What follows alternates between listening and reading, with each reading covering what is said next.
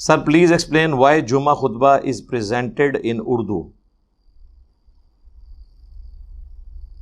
Must be in Urdu. ہاں جی اردو میں ہی ہونا چاہیے. اہل حدیث جو کر رہے ہیں نا خطبہ وہ بالکل ٹھیک ہے, سنت کے مطابق ہے. حنفیوں نے اس کو تھوڑا سا ٹیلر میڈ کیا کہ انہوں نے تقریر علیحدہ کر دی اور جمعے کا عربی کا خطبہ وہ رٹا رٹایا عربی میں رہنے دیا, اور اس کا نقصان ان کو کیا ہوا کہ اب ان کے لوگ اس عربی خطبے میں ہی پہنچتے ہیں. وہ کہتے ہیں اصل خطبہ یہ ہوتا ہے. تو جب بدعت آتی ہے تو اس کے نقصانات آپ کو اٹھانے پڑتے ہیں. جمعے کا دن تقریر کا دن ہے, تذکیر کا دن ہے. ہفتے میں ایک دن مسلمانوں کی ٹیوننگ ہونی ہے, اور جمعے کا خطبہ مسلمانوں کی پولیٹیکل گیدرنگ ہے. یہ اس لینگویج میں ہونی چاہیے جو لینگویج لوگ سمجھتے ہیں.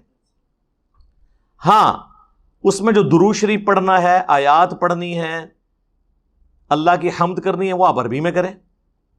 وہ اہل حدیث بھی عربی میں کر رہے ہوتے ہیں.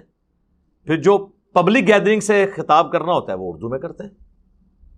انہوں نے کیا کیا, انہوں نے عربی دو خطبے رٹے رٹائے رہنے دیے, اور وہ بھی سنت کے مطابق خطبے نہیں ہوتے ہیں. وہ ان کے علماء نے لکھے ہوئے ہیں, چند ایک سنت الفاظ ہیں, باقی علماء کے لکھے ہوئے ہیں.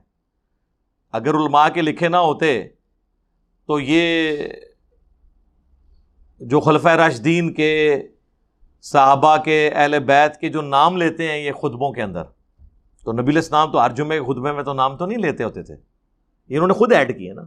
آپ نے تو کبھی کہیں ایک بات کوئی ارشاد فرما دی کسی کی شان میں, لیکن انہوں نے رٹے رٹائے وہ جملے ایڈ کیے ہوئے ہوتے ہیں, آپ کو پتہ ہے. سیدنا ابو بکر, سیدنا عمر, عثمان علی رضی اللہ عنہم اجمعین وعلیہم السلام اجمعین.